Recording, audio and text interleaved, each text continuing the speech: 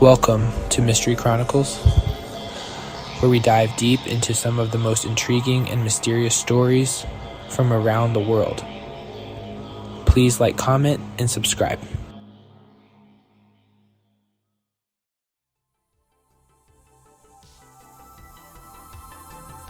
New England, a place of rugged coastlines, historic towns, and a darkness hidden beneath its charming exterior. This is the story of the Snedeker House.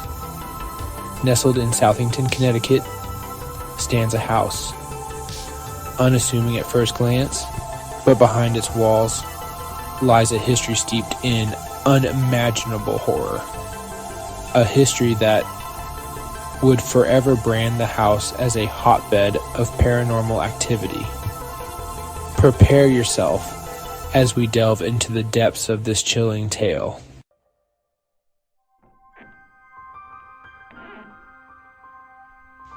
The Snedeker House, a name synonymous with paranormal terror. Its infamy reaches far beyond the borders of its small Connecticut town.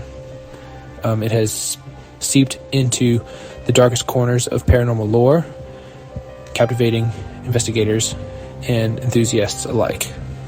Join us as we unravel the layers of this unsettling story.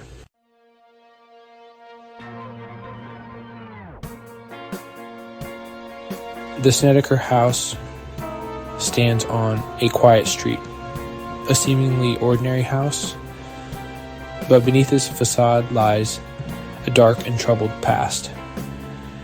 Built in the early 19th century, the house bore witness to a different time.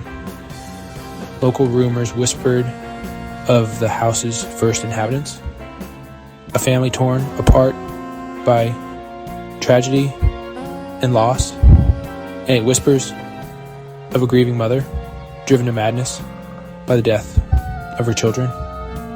The Snedeker House stood as a silent testament to the darkness that can linger in the shadows of an ordinary town.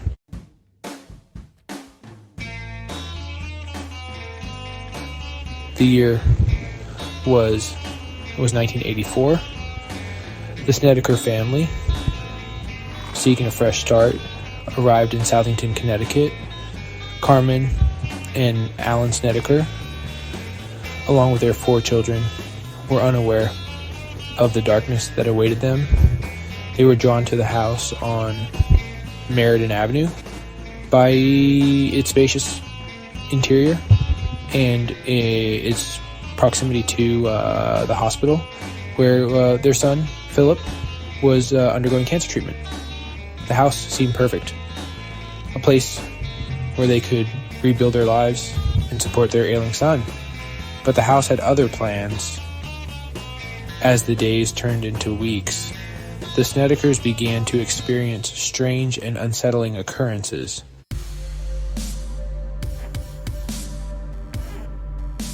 And the Snedeker children were the first to sense the change in the house.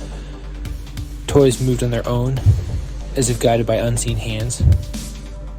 Whispers followed them from room to room, their voices chillingly cold. 11-year-old Philip, already battling cancer, seemed particularly affected by the house's dark energy. His health, which had been showing signs of improvement, began to deteriorate rapidly. Carmen and Alan, initially dismissive of their children's fears, found themselves increasingly troubled by the inexplicable events unfolding around them.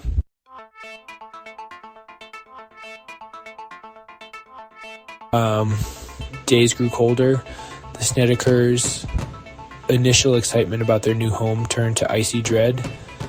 The strange occurrences, once subtle, became impossible to ignore. Objects flew across rooms with violent force.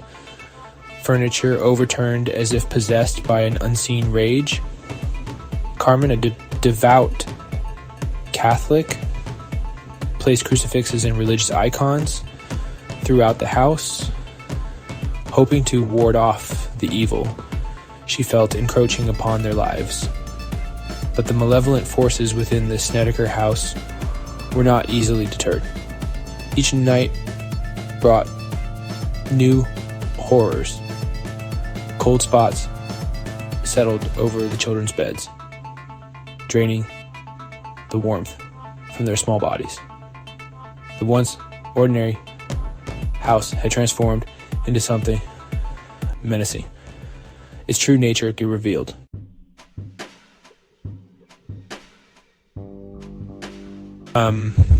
As the paranormal activity intensified, the Snedeker family began to unravel. Sleep became a distant memory, replaced by a constant state of hypervigilance. Alan, a construction worker, found his strength failing him. He became withdrawn and irritable, prone to fits of rage. Carmen, her faith shaken to its core, desperately sought solace in prayer. The children, their young minds, ill-equipped to cope with the horrors they were witnessing, retreated further into themselves.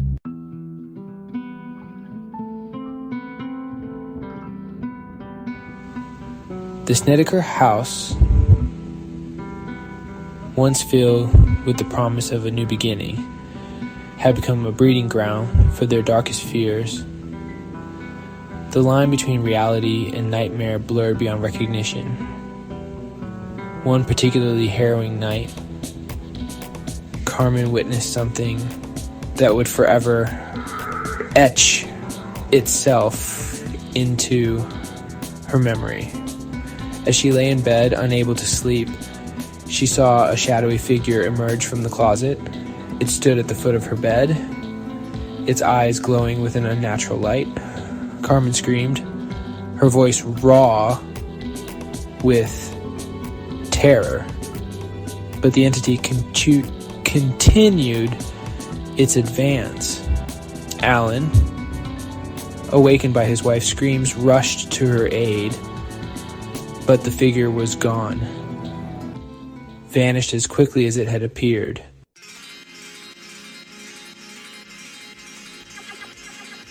The Snedeker family, battered and bruised by their experiences, found themselves on the brink. Desperate times call for desperate measures, and in their hour of need, the Snedekers turned to the last resort of the desperate, the unknown. They had heard whispers of a couple renowned for their expertise in matters of the paranormal, who resided in nearby Monroe. Ed and Lorraine Warren, self-proclaimed demonologists, were their last hope. The Warrens, no strangers to claims of the paranormal, had built a reputation for their investigations into the darkest corners of human experience. The Snedekers, their spirits broken, but their hope rekindled, awaited the Warrens' verdict.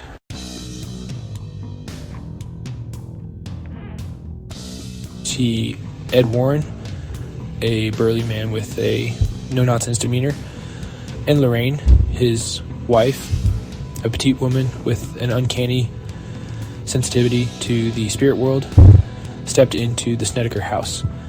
The air, thick with a palpable sense of dread, crackled with an unseen energy. The Warrens, veterans of countless paranormal investigations, recognized the signs immediately. This was no ordinary haunting. Lorraine, her senses overwhelmed by the sheer intensity of the spiritual energy, recoiled in horror. The Warrens, their faces grim, gathered the Snedeker family together.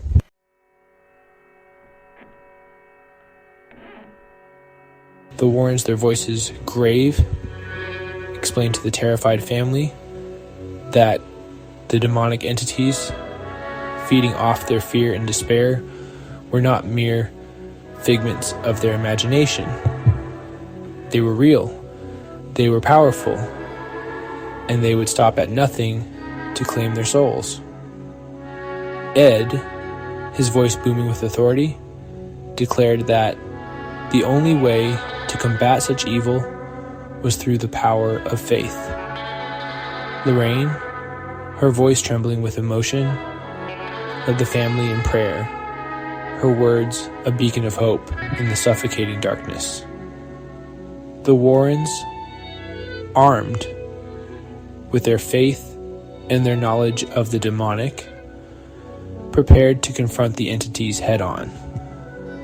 The house held its breath, the air thick with anticipation, as the Warrens prepared to exorcise the demons and reclaim the Snedeker home from the clutches of evil.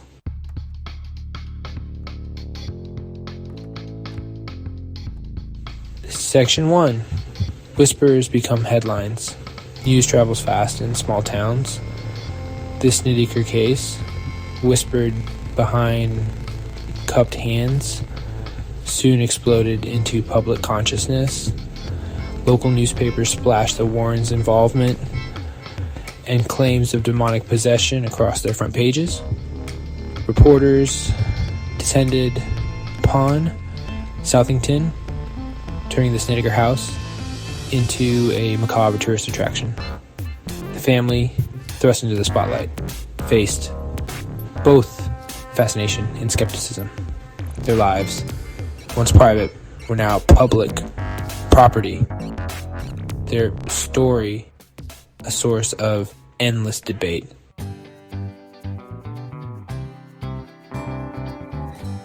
Section 2. Doubters and Believers. The Snedeker haunting ignited controversy. Skeptics dismissed it as imagination or a hoax.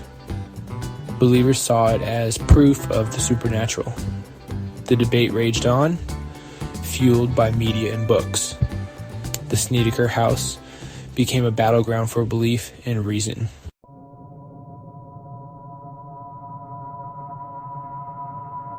The Snedeker case cast a long shadow over Southington. Neighbors, once friendly, now eyed each other with suspicion. The town was fractured by whispers and rumors.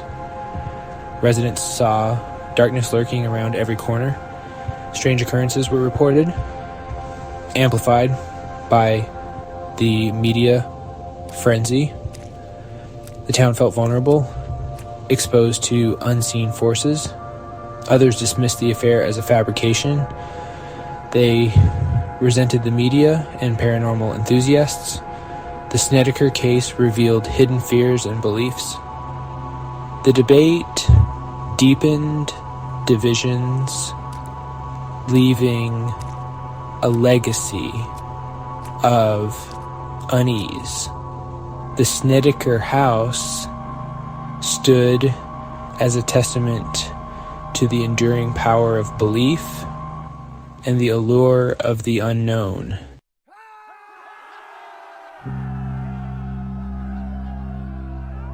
The Snedeker family, emotionally drained, moved out of the house on Meriden Avenue.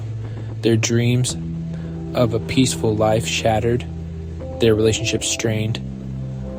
The darkness left its mark, a chilling reminder of the horrors endured. The Warrens moved on, their reputation solidified by the Snedeker haunting. They claimed the house was cleansed of its evil, but for the Snedekers, the scars ran deep, the memories vivid. The house stood empty, its secrets tightly held within its aged walls. Rumors and whispers continued, fueled by media coverage. Passers-by would often slow down, stealing glances at the house. The Snedeker family attempted to rebuild their lives, seeking solace in therapy and faith.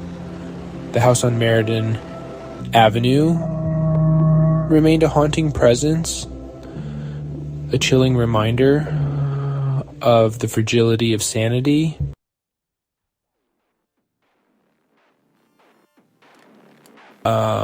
The Snedeker haunting refused to fade into obscurity. It became a staple of paranormal lore, recounted in hushed tones.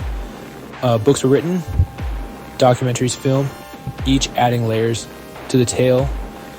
The house became a destination for thrill seekers and paranormal enthusiasts.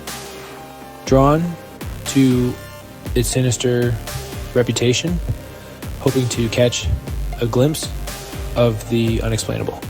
Southington wore its notoriety with a mixture of pride and discomfort. The Snedeker case attracted curious visitors and morbid tourism. Beneath the surface, a current of unease remained. The haunting served as a reminder of our fascination with the unknown, our insatiable appetite for stories that terrify and captivate. It tapped into a primal fear of the darkness within us all. The darkness that whispers in the shadows. The darkness that makes us question reality.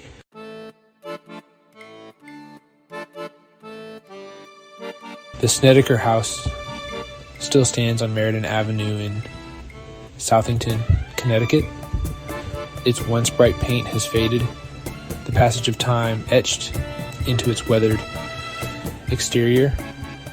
The windows, dark and vacant, seem to stare out at the world with a sense of weary resignation. Over the years, the house has changed hands numerous times. Some occupants have reported strange occurrences, unexplained noises, and unsettling feelings. Despite its notoriety, the Snedeker House remains a source of fascination. It serves as a chilling reminder that some stories refuse to be forgotten.